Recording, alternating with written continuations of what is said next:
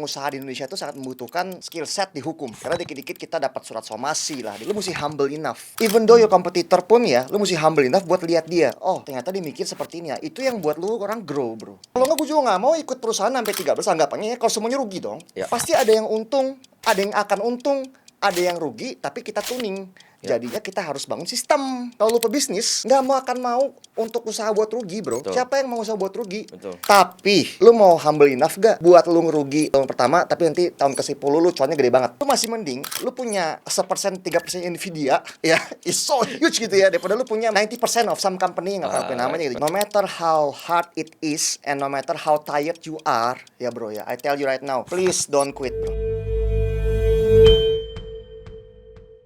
Kembali lagi di Voknomis Podcast. Hari ini kita kedatangan seorang serial entrepreneur, seseorang yang dikenal sebagai otaku atau pecinta animasi, pecinta mainan dari Jepang khususnya.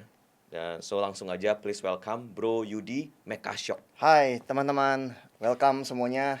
Bro Yudi, apa kabar? Baik bro. Ya, by the way, Bro Yudi, kita kenalnya Bro Yudi Mekashop. Siap. Ya. Dan actually gue tahu Mekashop ini dari tahun 2011, Bro. Nice. Ya.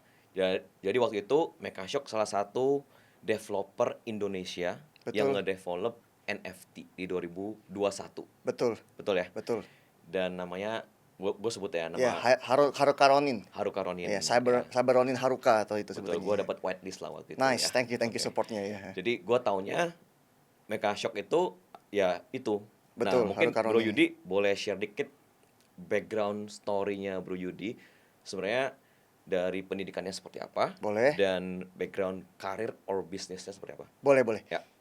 Ya, terima kasih waktunya Bro Win. Senang you. di sini Voxnomics ya. Jadi saya pribadi sekolahnya di Australia, ada S1-nya di Computer Science, S2-nya di Master of Digital Media in 3D Animation. Plus education terakhirnya tuh ambil S1 Hukum S1 di IBLAM. Ya, jadi udah lulus S1 Hukum, in another 2 years saya bisa disumpah advokat. Oke. Jadi attorney lah intinya ya. Mungkin ya, tapi nggak fokusnya ke pidana lah, fokusnya ke bisnis aja nanti. Gue boleh potong dikit gak? Boleh. Kayak gue surprise 2025 gue liat di sosmed lu. Boleh. Lu lulus S1 Hukum. Betul. Itu tujuannya apa? Apakah untuk bisnis lu? Betul. Apa gimana? Jadi along my journey ternyata pengusaha di Indonesia itu sangat membutuhkan skill set di hukum. Oke. Karena dikit-dikit kita dapat surat somasi lah, dikit-dikit kita dapat apa ya, maksudnya diancam lah atau gimana. Jadi for me is I like to learn. Oke. When you have that background, you know it in the head of your mind. Dan orang yang udah ngerti hukum, yang belajar hukum, nggak akan memakai ini dengan tidak benar gitu loh. Oke. Jadi semakin dia ngerti, paham hukum, semakin sopan dan semakin baik juga gitu ya. Tapi you always have that want to know things, and I think it's beneficial lah buat pebisnis, buat pengusaha, atau buat just day to day lah, lu ngerti hukum gitu kan setidaknya. Oke. Back to background karir Boleh. dan bisnis nih. Karir bisnis. Jadi on my early days saya kerja di Sydney, Australia. Saya kerja selama 6 tahun. Setelah lulus ya? Setelah lulus, sebelum saya come here and I set up a company. My first company is actually a digital agency company. Oke. Itu Di kita Jakarta? bergerak Jakarta. Dan saat itu saat saya mulai usahanya itu ya, Tokped baru mulai juga. Oh. Dan a lot of this thing called even pre-bubble lah, sebelum sampai pre-boom. Maksudnya kan dulu kan ada .com boom gitu ya. Iya. Jadi ini orang-orang masih pada trying to figure out what's the behavior. Belum ada sosmed, Oke. belum ada Facebook, punya komunitas, belum ada. Baru mulai lah, itu baru teman-temanan doang dulu, Friendster dulu zamannya. Udah gitu, a lot of the job is very traditional. Kayak cuman ngedesain logo, terus ngeprint, actual printing loh, printing kartu nama, printing apa, sama buat website gitu. It's a very simple thing, tapi ada beberapa yang mau retainer, yang yearly punya, sebenarnya juga udah mulai ada gitu kan. Terus satu bisnis expand to another business, ada perusahaan namanya Next Digital. Next Digital itu perusahaan di mana saya sama partner saya namanya Andi. Kita mulai Next Digital tuh dari nol juga, ngerjain sosmed sama digital. Jadi mulai ads. Baru-baru ya gue. Dan si Andi ini emang orang yang ngerti teknologi lah ya. Jadi dia banyak ininya, dan posisi saya selama itu selalu jadi sales wannabe kind of guy, you know. Karena biarpun background aku computer science tapi aku punya cincong banyak. Jadi ngerti background teknikalnya tapi ngerti cincongnya juga gitu kan. Jadi beruntungnya Next Digital along the way kita diberkatin. Oke. Jadi muncullah perusahaan-perusahaan setelah itu dan one of it is Bardi Smart Home. Ya, Bro Yudi salah satu founder dari Bardi ya. Betul, Bardi Smart Home kebetulan dapat partner di situ namanya Ryan. Ya. Sama Andi juga, di startup ada Ricky. Sekarang tim kita mulai bertambah nih. Ada Ko Eradi, ada Ko Michael, ada Agus juga sebagai kita punya konsultan gitu ya. Jadi it's getting bigger. Di Bardi, habis dari Bardi juga ada ikut dia punya gembong. Dia punya gembong itu ngerjain ada 13 perusahaan lah intinya. Iya, iya. Jadi in most of the company yang mereka ada perusahaan itu, aku punya equity di situ. Oke. Nah, jadi as a partner yang itu posisi aku selalu di networking, selalu di apa tuh namanya kita bicara tuh Frontman. frontman punya, kalau tanda kutip kalau saya ngomong itu ya apa tuh namanya cover boy yang kerja si Ryan yang munculnya gua gitu kan Oke. begitu ya, terus yang ngomong ke media banyakannya Yudi cuman gini lah bagi tugas lah intinya. Iya, iya, iya. Ini bagi tugas. On top of that sebetulnya ada satu komitmen yang aku jalanin sama keluarga aku tuh, aku mesti punya family business. Oke. Jadi family business aku di bidang building material manufacturing. Kita ada pabrik Oke. ACP. Beruntung juga ada joint venture sama orang Korea, ada pabrik sandwich panel. Sama terakhir project door and window juga kita distribution sama application gitu. Jadi Manufacturing apa tadi? Material. material building jenisnya ACP. Jadi kalau kalian tahu merek-merek seperti Alcopan gitu ya, Iya, iya, iya. Tajima, Mako tuh merek-merek kita gitu. Oke. Buat interior exterior building lah intinya. You also involved di family business ini. Unfortunately karena family saya 3 bersaudara, 2 perempuan, satu laki-laki, I'm the only son in the middle. Mungkin Babe maunya ini laki gue lah yang mesti gini kan. Tapi Oke.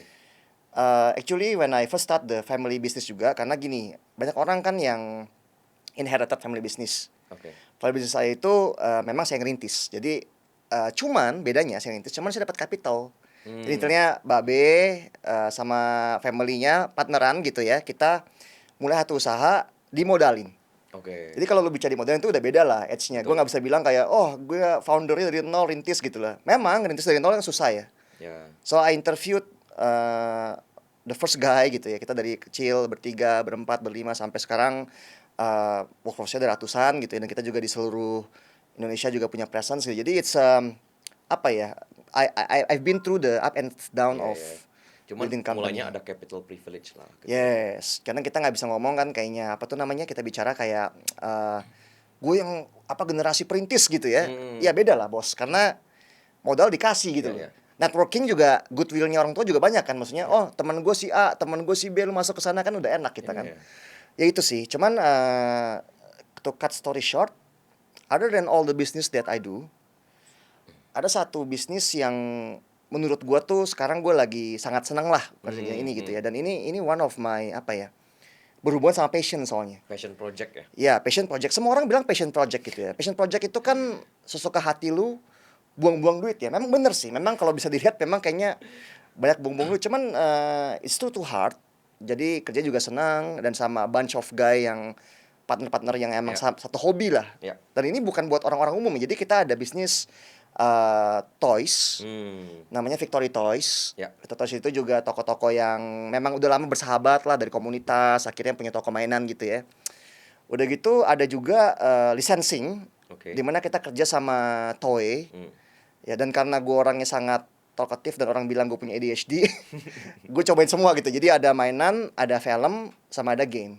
Ya. Ya, so we try it all. Kita coba lihat untung gak untungnya masih dalam perjalanan lah. Jadi I think I only started like yang buat film sama game itu baru agresif tahun ini kayaknya. Oke. Satu itu juga Sorry gue potong. Boleh. Kita taunya kan, kita sekarang baru tahu nih Bro Yudi ternyata banyak banget manufacturing.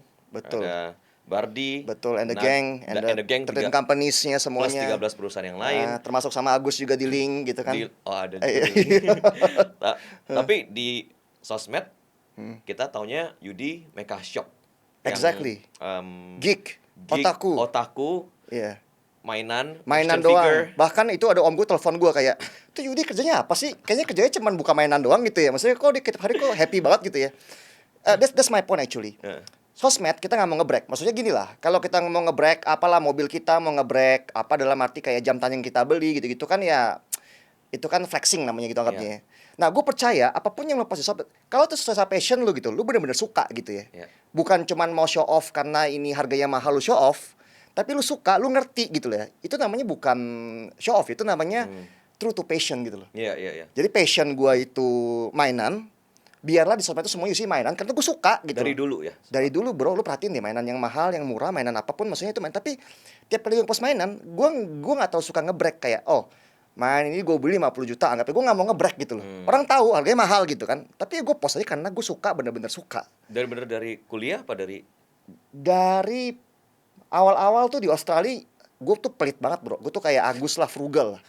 Very frugal, semua duitnya gue tabungin gitu ya. Dan bahkan gue berharap kayak, kita mau retire early, mau financial freedom nanti Oke. gitu-gitu ya. Lucunya sampai Indonesia tuh punya komunitas gitu loh.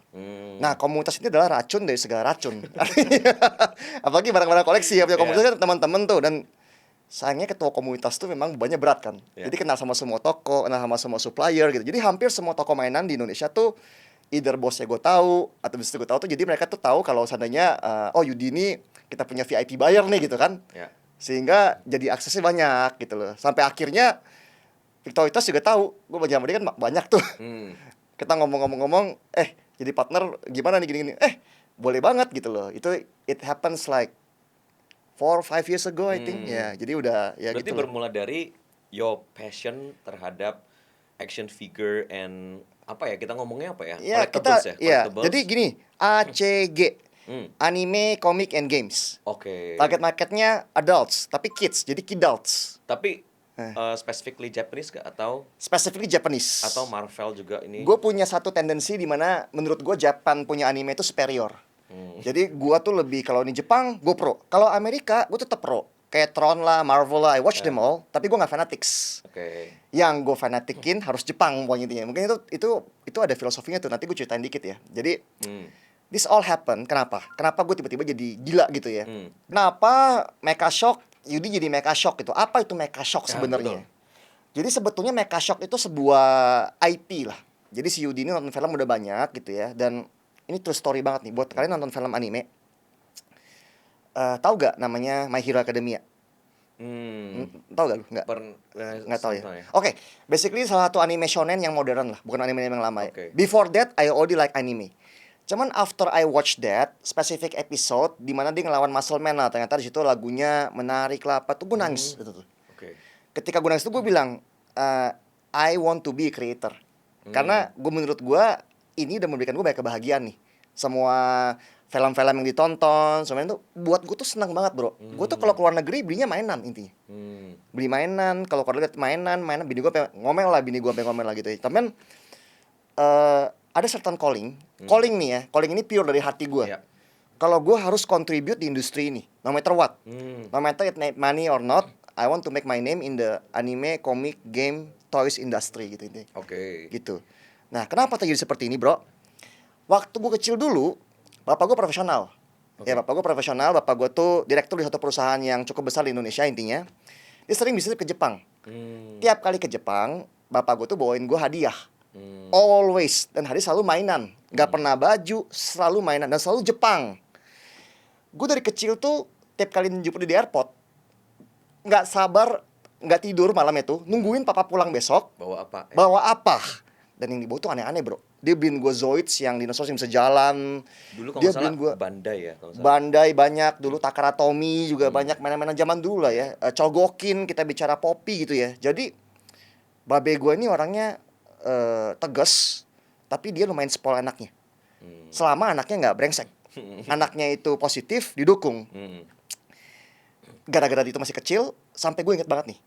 Pernah kejadian dulu ya. Babe gue tuh mau beliin gue Sega Dreamcast. Itu Sega konsol yang ya mungkin biasa-biasa buat kalian lah.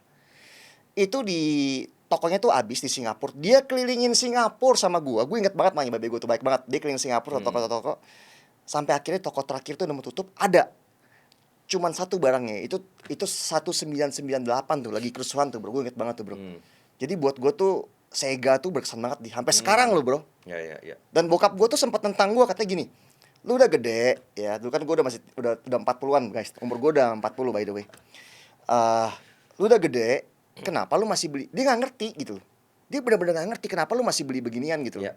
Ini bisa dijual lagi, bisa. Pernah lu jual gak? Ya gitu kan. Kalau koleksi kan koleksi doang gitu kan. Jadinya kita tuh jadi hoarding bro, beli dalam box doang gitu. Ya, ya. Lapar mata lah. Betul. Ya kalau namanya alasannya sih laki-laki butuh pelampiasan katanya kan. Ya. Pelampiasan lu apa gitu loh. Ya tapi kalau ini kan ya hobi yang sehat kalau bisa di-maintain. Ya. Kalau bisa di-maintain udah pasti kacau bro. Orang Betul. beli-beli terus tapi ya mau dijual juga kayak kemarin tuh bro ya. Ceritanya sekarang ini market lagi susah nih. Oke.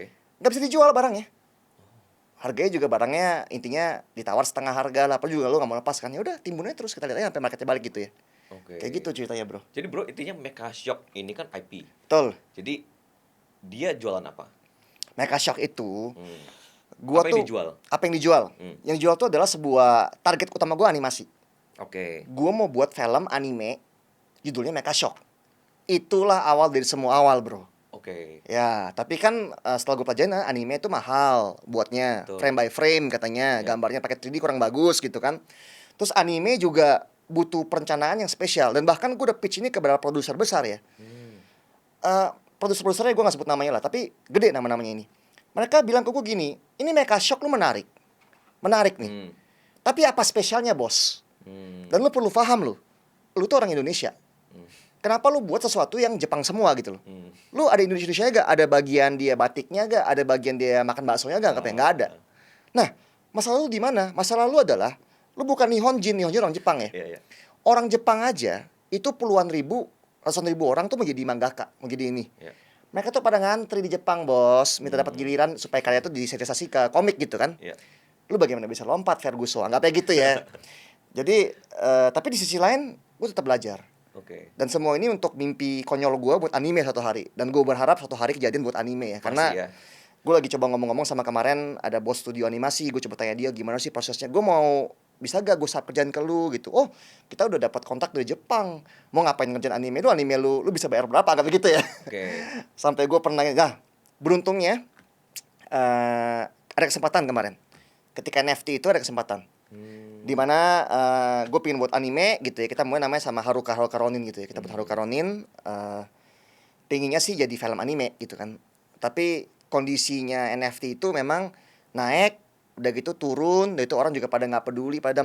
Padahal ya komitmen wise kita dari Haruka tuh ngebuat mainan bro. Betul. Mainan kita bagus banget, itu tuh 3.300 piece kita buat bro.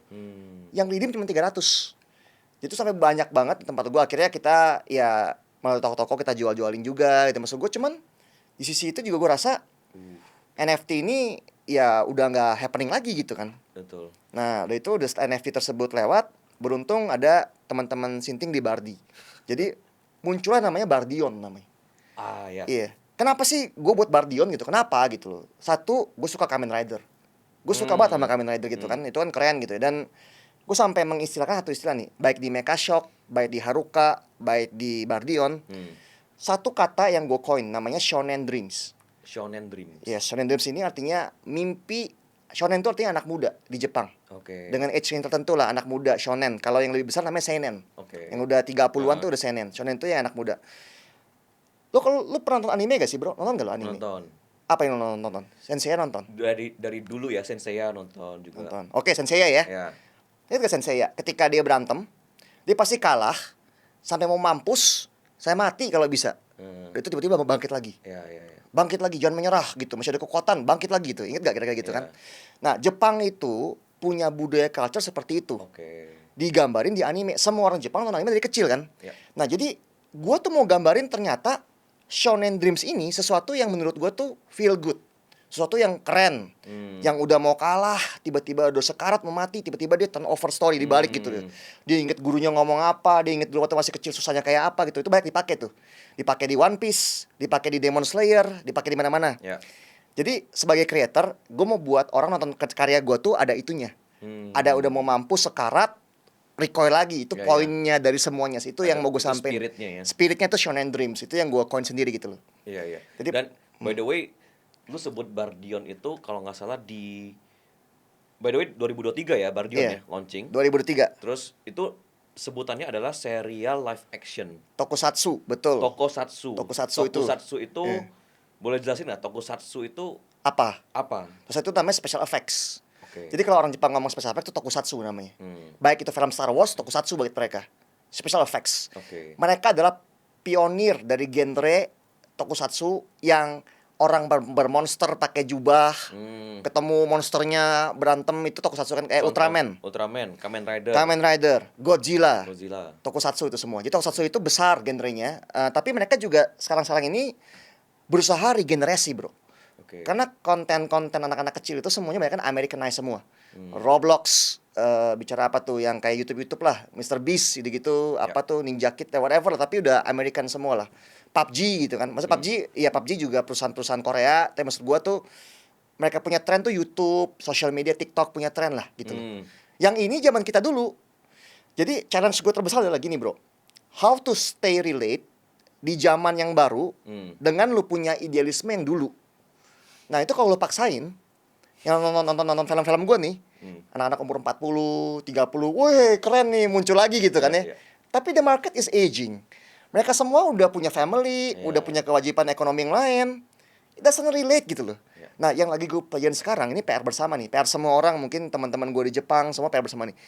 Bagaimana kita secara bersama-sama memikirkan apa yang relate buat anak-anak kita gitu loh. Oke. Nah, itu dalam tuh pembahasannya tuh. Itu mesti belajarin lah gitu. Oke, By continue. the way, Bardion, gue sempat nonton ya. Oke, Sinematografi bagus. Sip. Ya, special effect juga bagus. sip. Iya. Tapi gue nggak tahu gimana penerimaan masyarakat waktu itu. Masyarakat itu sebetulnya satu masalahnya Bardion. Platformnya video kan. Betul. Video jangan juga muncul di TV, di RTV. Oke. Sempat juga masuk ke bioskop, novelty. Gue cobain semua tuh. Kenapa? Karena gue pingin tes gitu loh. Masuk Tapi CGV. dia serial kan. Ah, Lu bikin movie-nya. Jadi movie, jadi movie dijual ke bioskop. Oke. Jadi Bardion itu gini sebetulnya, guys. Kenapa gue tiba-tiba buat Bardion? Gue tuh awalnya tuh in charge sama Ryan. Kalau Ryan di Bardi tuh dan timnya cari duit, gue bagian chief buang duitnya nih. Kita mau connect sama satu bintang film yang cukup profilik, yang cukup tinggi. Ya. Cuman kok negonya alot ya. Harganya juga nggak kurang-kurang ya. Itu budget juga tinggi ya. Ya. Bayar artisnya, bayar syuting videonya yang cuman 2 menit, 3 menit gitu. Mahal banget gitu loh. Dengan duit segitu, gue bilang sama Ryan, gue bisa munculin karakter sendiri. Awalnya dia kayak, hah, bagaimana mungkin kayak lu bisa gini-gini kan. Terus gue kasih gambarnya. Awalnya juga dia nggak. Jadi Bardian tuh awalnya it's a small project, bro, awalnya.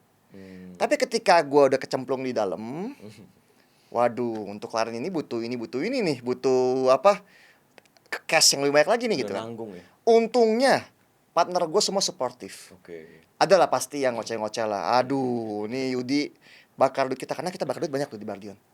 Kita bakar 7 miliar, bos. Ini bentar. Heeh. Cost untuk bikin Bardion. Yes. Total cost. Total cost sama marketing, semuanya marketingnya kan juga berapa, film juga berapa. Tapi masalahnya gini, Ini include movie-nya juga ya? include Oke. semua. Wow. Gue belajar banyak. Tokusatsu atau special effect itu masalahnya apa? Ada kostum, ada action, ada visual effect. Itu tiga-tiganya hal-hal yang paling harusnya dijauhin kalau pemula di dalam perfilman. Makanya film-film yang gue invest sekarang drama cinta semua, bro. Nggak ada monsternya, nggak ada ininya. Nah, kebetulan kemarin ada film kita namanya Tabayun. Udah turun masuk ke Netflix. Nah, ini kebetulan minggu depan ini ada film namanya Air Mata di Ujung Saja Ada Dua. Nah, kita juga investor di sana. Di invest personal atau As a group. Kita ada grup, satu grup di mana kita invest di dalam, dan kita itu kemarin itu yang the first one itu 3 juta penonton tuh. Oke. Yang ini kita mau lihat nanti deh. Mungkin by the time this vlog air udah pas muncul filmnya juga gitu loh. Dengan cost 7 miliar untuk Bardion, how is the revenue? Nah, that's a very tricky questions karena dapat sponsor. Oke. Sponsor itu ngebantu kira-kira mungkin 2M Oke. sponsor, tapi gue masih gap 5,5 M. 5,5 M ini akhirnya CEO-nya Michael sekarang, Michael ini bilang, "Yud, kita buat CCTV-nya pakai Bardion. Kalau lu pakai karakter yang lain lu mesti bayar royalty." Bardion kan is our own thing. Jadi buat pakai Bardion, cara promosi. Terus gue bilang sama Michael, my only concern is ini Bardion harus continue. Karena we invested too much the first one, second one harus. Cuman mereka semua bilang kayak it has to make sense, Yud. Last time kan lu spend 7 miliar anggapnya nih. Dan kita masih tekor lah, nggak hitungannya masih in the minus gitu kan. Lu mesti mikirin gimana kita bisa gain profit gitu loh. Nah, jadi selama 2 tahun ini, my journey has been learning, has been meeting a lot of connections. Dari Jepang juga banyak. Ini kita belajar gini-gini. Dari China juga banyak. China juga buat tokusatsu juga bagus tuh. Jadi kita belajar format, kita belajar tempat delivery, kita belajar bagaimana make money. Jadi ini is a special kind of business ya bro ya. Betul. Gue kasih tahu bisnis ini namanya creative business gitu ya, creative industry ya. Entah lo mau jadi musicians, lo mau jadi director producer film gitu ya, lo mau jadi producer game, ini semuanya setengah gamble gitu loh bro. Ya. Nggak ada secret formula yang bilang ini pasti berhasil gitu. Lo kan kayak kemarin tuh agak lain gitu. Siapa yang tahu itu bisa berapa puluh juta penonton anggapannya ya. Betul. Katanya buat film jangan terlalu pusing-pusing lah gitu ya. Maksudnya yang orang Indonesia tuh nggak cukup pintar gitu ya. Buat film sore, repeat ulang-ulang itu tapi bagus, terbukti juga kan. Betul. Jadi my point is sekarang ini banyak orang-orang tuh yang mau invest di film. Oke. Kalau gua nggak salah ya, tahun 2022 itu cuma ada 200 judul film lah. Habis Covid ya. 2025 ini udah 400-an film loh judulnya loh. Oke. Semakin jadi tau gak apa bro? Oversupply bro.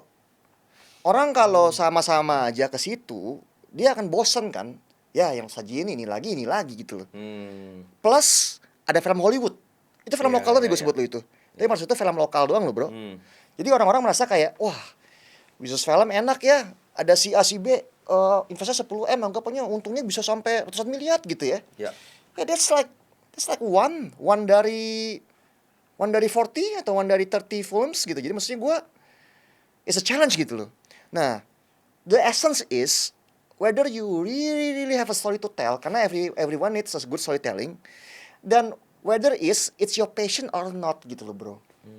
Kalau itu passion, jadi passion itu bahasa Yunaninya is to suffer bro artinya bro. Jadi kalau lu emang siap menderita, ya, sama ada bisnis di mana effort lu gila-gilaan dan hasilnya mungkin capek bro film bro. Lu mesti mikirin macam-macam lu bro. Mikirin dari awalnya namanya, dari look title, desain poster, distribusinya sama siapa, strategi marketingnya seperti apa. Lu mesti syuting, produce, ntar ngomong sama direkturnya, itu semuanya big job. Ya. And you are betting on uncertainty bro. Kalau ada yang certain, semua itu visi-visi PI pada berani bro. Temen-temen banyak PI. Ketika gue kirimin deck, nih bro, film gue nih, ini aman bro, karena sebelumnya ini bisa berapa juta penonton gitu ya. Everybody bro, give up. Mereka bilang gini, our direction from the top, dari mereka punya liquidity provider principle lah, jangan coba-coba lo invest di film. Karena itu like judi, bener-bener judi gitu loh. Juga bingung ya, kayak judi ya. Cuman gue berharap sih, there's an art to be learned, there's a business trick and system to be understand gitu loh. Buat orang yang ngerti banget ngerti, cuman nggak ada garanti. There's no guarantee gitu. Gue boleh conclude kayak creative industry lu mention is like half gambling ya. Betul. Creative industry ya. Atau? Ya tadi specifically gue bilang tuh Movie kayak lah ya. movie. Kalau yang musik ya masih ada konsensus lah. Musiknya bener bagus didengar, suaranya wow, terus sampai bisa viral, bisa ada ininya gitu. Kalau kayak movie gitu, I think there's no secret formula sih. Sama game juga bro. Game tuh lu kira game lu bagus, lu testing the market apa, cuman well, you get better. You understand that you need to understand the market really well. Jadi kalau orang apa tuh bicara tuh orang Prancis, Vini Vici. You came, you learn, you conquer. Banyak orang yang you came, you nggak learn, you cuma mau conquer doang gitu loh. Merasa lu punya kapital banyak, lu ngerti sesuatu dari industri lain, lu bisa conquer. Nggak bisa bos. Untuk berhasil menurut gue ya, lu butuh ngomong sama orang banyak banget. Orang yang ngerti, yang high level. Lu mesti punya teman dari segala lini. Teman buat distribusi, teman buat nanti lu produksi, teman buat itu segala macam tuh. Lu mesti kolaborasi. Jadi gue punya key di semua usaha-usaha gue. Key-nya satu, collaboration. Karena gue paling gak seneng tuh bro kalau ada orang tuh yang mau menang sendiri. Karena yang namanya pengusaha Indonesia tahu dong, kalau bisa lah gue yang dapat cuannya lah, lu gue kibul-kibulin, gue enggak bro. Mungkin gue diketahuan orang kali, tapi prinsip gue cuma 3 bro. Open, honest, integrity. Sama nama lu cuma 1. Sekali lu jelek nama lu, lu nggak bisa ngapa-ngapain lagi bro. Lu bisa untung Berapa miliar anggapannya, tapi apakah nama lu worth that berapa miliar? Karena kita nggak tahu lo berapa besar atau berapa apa nanti bisa grow lagi gitu. Jadi tadi sih bro, menurut gue sih. Sebagai serial entrepreneur kan it doesn't make sense ya buat kayak lu invest di sesuatu yang half gambling ya sebenarnya ya. Betul. Jadi apa ini kayak Triggernya. Why? Just passion? No, seperti yang gue bilang. Oke. Pertama kan to understand, to learn. To learn meaning, if I'm an investor, I gotta meet with a lot of people. I gotta meet with another producer, I gotta meet with the director. I gotta understand their passion gitu. Bahkan lucu nih bro, ini true story ya. Ada tuh platform OTT yang besar banget lah. Gue nggak sebut OTT ya, mungkin OTT besar orang bisa tebak siapa lah, multinasional lah gitu ya. Gue begging ke mereka untuk ketemu sama gue, ngomongin tuh soal Bardion. Karena Bardion ini menurut gue menarik nih. OTT punya dananya buat namanya original series. Kalau tahu series banyak tuh ya. Gue begging. They never come. Karena mereka tuh sibuk. Mereka bilang, look, Yud, maklum aja mereka Yud. Orang kayak lu tuh, ratusan ribuan lah yang mau punya karya masuk ke platform tersebut gitu loh. Jadi gimana caranya dong? How gitu ya, gue belajar gitu how bro.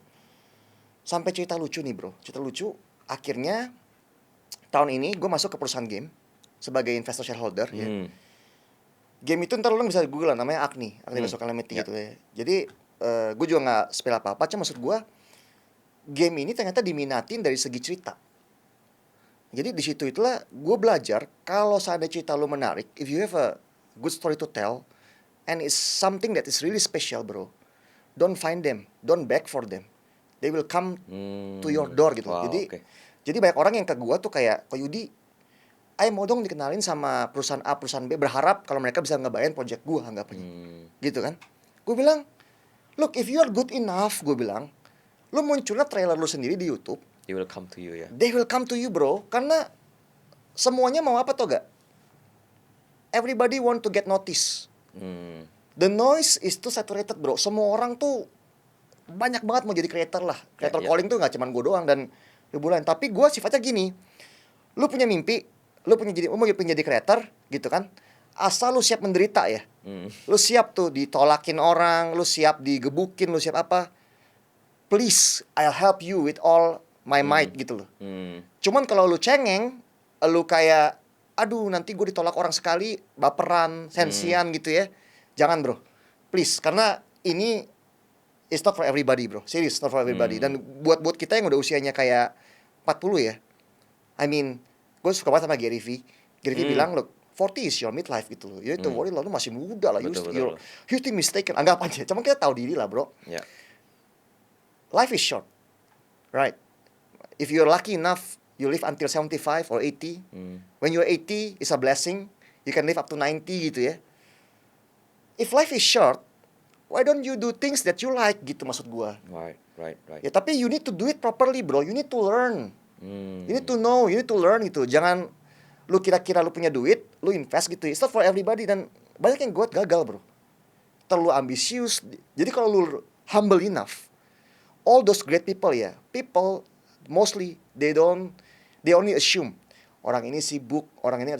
Lucunya bro, orang kayak gua nih kontakin semua orang hebat, mereka semua jawab bro. Dan dikasih waktu duduk sama dia tanya kenapa? Karena mereka satu paham bro. Mereka semua mau bantuin, mereka semua tahu nih hatinya pure. This guy is not a snake gitu, dia juga mau pure. Dan ini terbukti nanti dalam arti you cannot tell people who you are. You can only judge by the time bro. Kelihatan tuh setelah 20 tahun ternyata si orang ini cengli ya, karena terbukti dia begini itu tuh. Ya. No shortcut bro. Setuju. Orang maunya shortcut, cepat kaya, cepat gampang, cepat sukses, nggak mau menderita. Makanya gue tuh paling marah nih bro di semua usaha gue nih. Gue paling marah ketemu sama anak buah yang mau main cepat bro. Gue bilang look, rejection is a part of winning gitu. Right. Nah itu yang mental yang mesti dibangun sih bro. Kalau kita semua mau maju ya, I mean, I still have a lot to learn. Tapi I'm happy to share gitu loh. Please kalau lu orang maksudnya polite, punya pertanyaan mau nanya di bawah, gue akan coba sebisa mungkin jelasin ke orang nih. Ternyata begini bro. Ini mesti. Tapi you guys gotta be patient sama be humble gitu loh bro. Betul. Tadi lu mention soal game ya. Betul. Interestingly, ini game lokal, right? Dan soon to be released di computer games, Betul. Xbox sama PlayStation. Betul. Is this the first local game bukan? No. No ya. Actually, local game industry has been happening quite sometimes gitu ya Oke. bro ya. Tergantung genrenya apa. Ada yang genrenya mau kerjanya MOBA, ada yang kerjanya mungkin puzzle, ada yang simulator, ada yang apa. Tapi ada satu genre bro, namanya cinematic game. Jadi ketika lu main game, lu kayak nonton film. Nah ini bisa dibilang game kita salah satu yang cobain pertama buat cinematic game. Karena aktor-aktrisnya di mocap, di motion Oke, capture. Dan oke, ini oke. kayak nonton film sebetulnya. It's an Unreal Engine 5 Jadi memang punya. ada talentnya ya.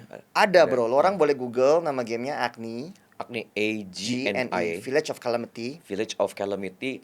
Dia tuh game horror ya. Game horror. Ceritanya kayak polisi undercover, correct? Exactly bro. Masuk ke Undercover. village. Betul betul. Dan jujur, gue ketika buat ini nih, gue ditentang banyak orang.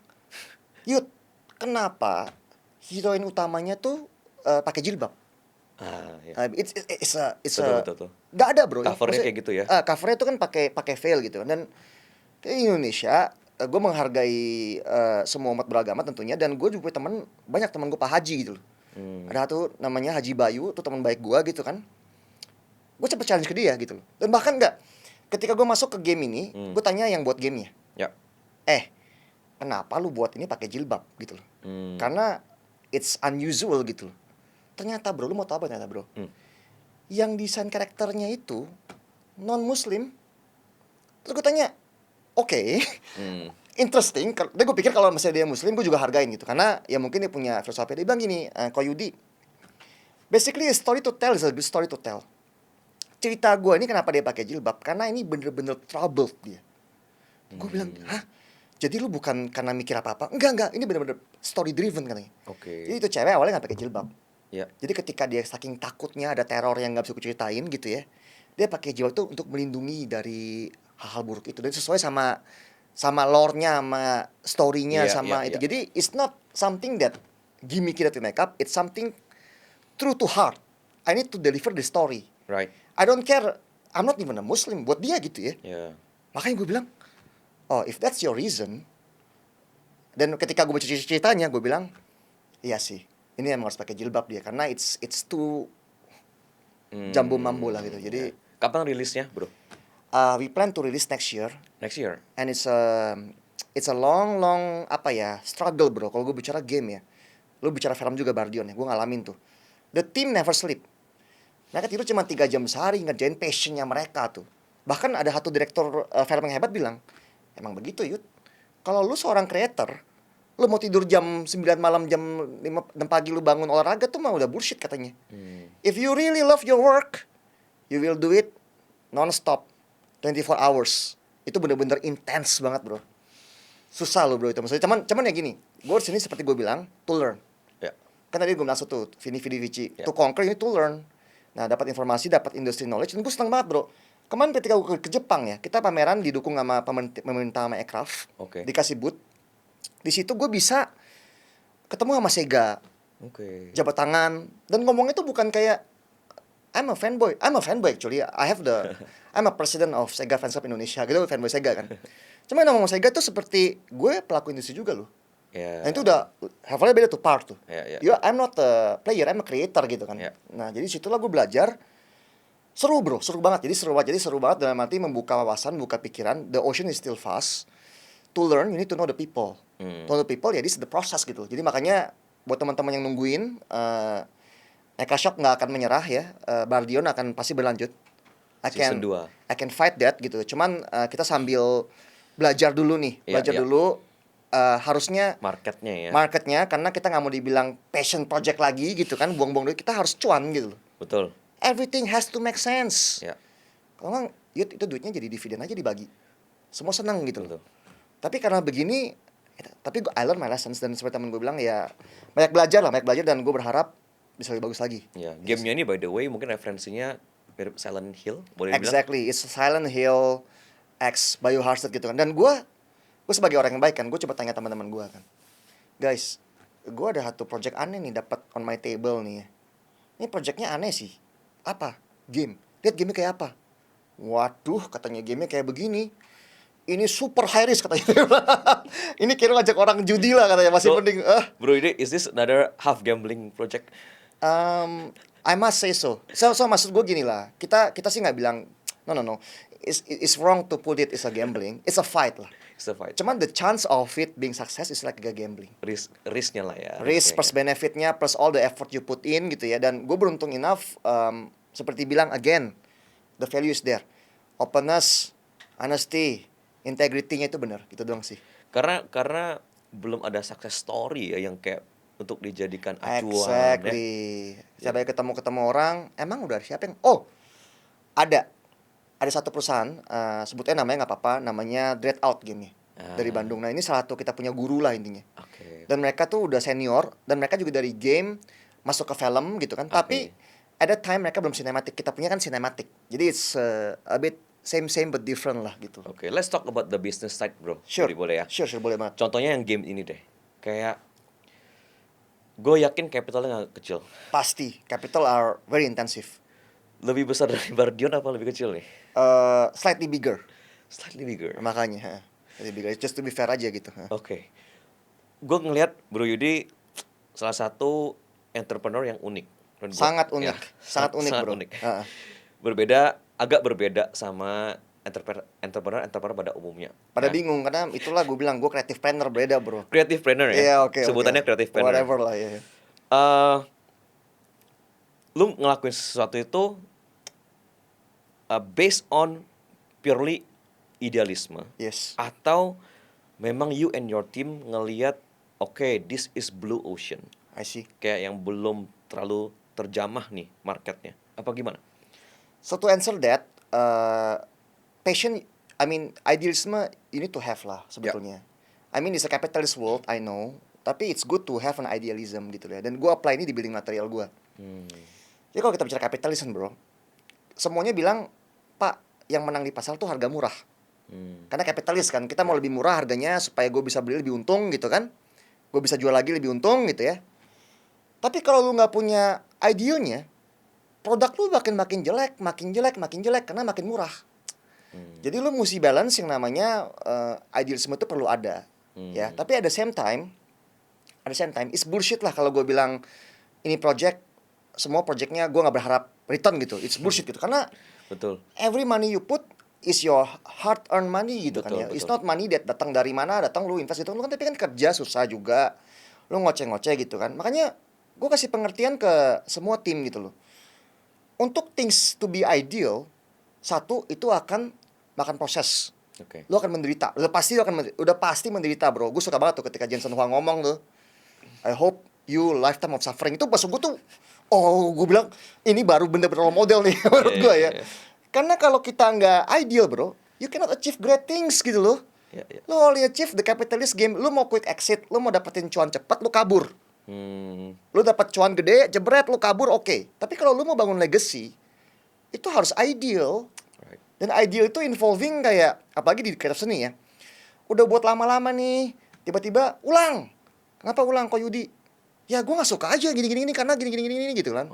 Dan itu bener-bener makan hati, makan apa, dan amit-amit otori kesel bisa kena step juga. Tapi enggak. Tapi intinya adalah tadi yang gue bilang, it has to be ideal. At the same time, it has to be making sense gitu loh bro. Iya. Kalau kita bicara blue ocean, sure, it does look like blue ocean. Makanya orang bilang tuh kayak orang sinting, orang yang crazy, sama orang yang pintar tuh beda tipis gitu kan. No, I'm not claiming that. Itu orang pintar, enggak. Gue cuman bilang adalah, yang aneh-aneh gini kalau jackpotnya pull off, harusnya multipliernya gede banget lah. Lu udah menderita, udah begini, tapi pull off nih. Multipliernya gede gitu loh, ngerti gak? Jadi gue rasa tuh kayaknya harusnya sih people need to be ideal bro. When you're not ideal anymore, what's the point of you living gitu loh. Gue mau orang tuh ketika dia bangun, dia excited gitu loh. Oh, today I'm gonna work on Bardion. Pas dia sama Monster, anggapnya gitu ya. Gue excited banget gitu. Gue look forward for tomorrow. Pertanyaan gue buat para pebisnis dan para penonton Volconomics ya. Are you excited about your work gitu loh? Something to be done. Apa lu cuman kayak gue kerja dapat duit udah bagus lah, gue gak mau apa-apa. Mungkin dapat dividen dari family business gue udah cukup lah, nggak begitu ya? Lu kayak, to be honest bro, ketika gue buat Bardion dan buat hal-hal yang lain seperti Haruka dan lain-lain tuh ya, gue rasa tuh is the most suffering time in my life, ya. Tapi di sisi lain ya, that's the only part where I feel that I'm alive, bro. Bener-bener beda. Dia punya adrenalin, dia punya kayak apa ya? There are some rush di blood gue tuh kayak Right. we gonna do it. Nah itu baru namanya creators gitu. Jadi itu buat dipahamin, buat yang nanti terbakar-bakar denger semoga ya makin banyak kreatif entrepreneur di Indonesia. Karena Indonesia itu bro banyak orang jago, jago kreatif, banyak tukang gambarnya banyak, tukang 3D banyak, tukang apa. Tapi mereka tuh nggak ada entrepreneurnya yang ngebimbing mereka di bisnis wise gitu loh. Right. They need to be collected, dikumpulin, udah gitu dijadiin satu lah kayak dibutuh. Jadi gini bro, Di mentorin di bagian bisnisnya ya. exactly, business side of things bro. Yes. Karena mereka kan artis gitu loh. Right. Gue beruntung enough, gue digebukin sama bokap gue gitu loh. Lu pahamin tuh financial statement, profit and loss, balance sheet lu ngertiin tuh. Yang mana jadi aset, yang mana jadi liabilities lu gitu anggapnya ya. Jadi gue apply that kind of theory. Teman-teman gue pernah nanya, Yud, gimana nak? I'm still learning, tapi I hope that you know one day sama-sama kita semua collectively bisa maju lah. Itu that's my purpose. My question is, ini mungkin bisa buat teman-teman yang nonton juga ya, sebagai yang terinspirasi buat jadi creative planner gitu. Betul. Oke, gue punya ide, gue punya idealism. Yeah. Tapi you and your team ada ngelakuin market research juga, Exactly. product testing dan lain-lain. Exactly. Itu yang lacking tuh bro. Itu yang harus di-share sih. Banyak orang ideal, they like it because they like it themselves. Ya, Yang lain suka agak. betul. Itu gue belajar di Bardion tuh. Ya. Yud, yang lain suka agak gitu-gitu kan. Mungkin boleh tambahin juga yang tadi. Boleh. Sebagai creative planner perlu do the business, bagian bisnisnya juga, research lah, Exactly. principle of businessnya. Exactly. You Ya. got to learn. Makanya gue bilang kan, you have to learn bro. Masalahnya, lu mesti humble enough. Humble enough. Even though your competitor pun ya, lu mesti humble enough buat lihat dia. Oh, ternyata dia mikir seperti ini ya. Itu yang buat lu orang grow bro. Ya. Itu data ya. Gue pengen masuk ke your business mindset juga deh. Of course, ya, of bro. course. Kan you start from manufacturing family business. Betul. Terus Bardi retail, Betul, gue bilang. betul. Terus si Mecha Shock atau Yo Eyepiece Passion, itu heart passion lah, business. passion Itu business. tiga different industry. Yes. Ya. Boleh tahu nggak perguruan entrepreneurship lo itu Yeah. ke arah masuk aja di beberapa industri, Yeah. kita lihat mana yang works, Yeah. atau karena yang beberapa entrepreneur yang gue kenal, mereka perguruannya 1-2 terus Exactly. difokusin dikembangin. Gitu. Exactly. Jadi gini bos, jadi ini adalah satu pertanyaan yang sering gue tanyain, orang nanya gue sebetulnya, Yudi, it look like you're very busy, yes gitu kan. You look like that you living 5 hidup dalam satu waktu gitu. Kayaknya lu ngerjain ini, lu ngerjain itu, lu kapan capeknya sih, dan lu punya waktu sama keluarga gak begitu ya, karena keluarga is very important actually. Actually I must tell you that there are values other than business kan. Tapi tadi menjawab pertanyaan lu, gue didoktrin bener sama bokap gue tuh untuk fokus. Yudi, lu harus fokus satu. At the start he said, lu harus fokus satu gitu loh. Tapi usaha gue yang lain, ini udah jalan nih ya kap, ini udah mulai ada bagi dividen, udah mulai macem-macem gitu kan. So kalau sama bokap gue bilang I made a truce with him gitu ya. Dan bahkan gue pernah challenge ini ke satu om gue ini. Grupnya besar gitu kan. Gue duduk sama gini lah sama dia, masih om. Ya, what's bothering you, kata omnya. Om udah lebih susah pada saya lah, udah lebih levelnya udah lebih besar kan. Saya ngerjain usaha ini gitu kan. Terus kenapa, dia bilang. Apakah saya salah karena saya harus fokus di satu perusahaan yang memang orang fokusin di situ kan? Dia ketawa. Dia bilang, you only do like what? 30 ada perusahaan lu sekarang? 30 gak ada kan? Gue ngurus 300 perusahaan, dia ketawa kayak gitu ya. Jadi gue mikir, wait, it's a positive mindset ya. Orang bisa mindset negatif kan. Kenapa orang mikir kayak, why you cannot have both gitu? You have to focus. Itu benar, karena with focus, lu akan dapat lebih cepat, lu akan dapat lebih banyak karena lu fokus. Fokus satu yang besar dulu, baru urusan yang lain-lain. Nah, lucunya perguruan kungfu gue dan partner-partner gue di sini sangat suka bertelur nih, bertelur. Tapi emang maksudnya gini bos, ada satu pemikiran yang mungkin mesti dikasih tahu di vlog ini ya, di podcast ini sorry. Orang kalau usahanya itu nambah lagi, itu harus accountable. Kalau nggak, gue juga nggak mau ikut perusahaan sampai 13 anggapannya ya. Kalau semuanya rugi dong. Pasti ada yang untung, ada yang akan untung, ada yang rugi tapi kita tuning. Ya. Jadinya kita harus bangun sistem. Right. Seperti itu. Jadi kita punya ini nggak babi buta ya. Karena kalau ngomong sama Terukur ya. terukur satu, kedua ada sinerginya, bro. Hmm. Synergy is very important, right? Kayak lu buat satu hal tapi berhubungan sama hal yang lain. Oh. Dan kalau perhatiin di manufacturing kan gua ngerjainnya kan pabrik itu kan economies Ya. of scale. Lu produksi banyak, pabrik lu bisa hidup, orangnya juga membangkitkan negara punya tenaga kerja gitu ya. Di Bardi kita pride of Indonesia. Kita main di distribusi, kita jualnya barang, kita punya merek tapi kita ODM China, tapi ada beberapa produk lokal juga udah mulai ke factory juga gitu ya. Ya. Jadi it's different kind, tapi semuanya tuh gak, bro. Dikerjain sama tim yang sama. Digital media kita sama. Sosial media kita timnya yang bersama kita, sister company kita lah. Ya, Sister company kita kan kita pakai ekologinya semua tuh, Next Digital keluar lah, Bazohiro keluar, dan teorinya selalu sama, bro. Teorinya adalah semua bisnis kita kerjain ya, baik di passion, baik di ini. Kalau lu pebisnis, nggak akan mau untuk usaha buat rugi, bro. Betul. Siapa yang mau usaha buat rugi? Betul. Tapi lu mau humble enough gak buat lu ngerugi tahun pertama, tapi nanti tahun ke-10 lu cuannya gede banget. Lu mesti punya that kind of mindset, bro. Right. Dan lu perhatiin nih, gue punya ekologi di passion ya. Game. Berhubungan gak sama anime? Berhubungan mungkin ya. Berhubungan gak sama mainan? Berhubungan mungkin kan. Berhubungan film? Berhubungan juga kan. Jadi ini semuanya ekosistem.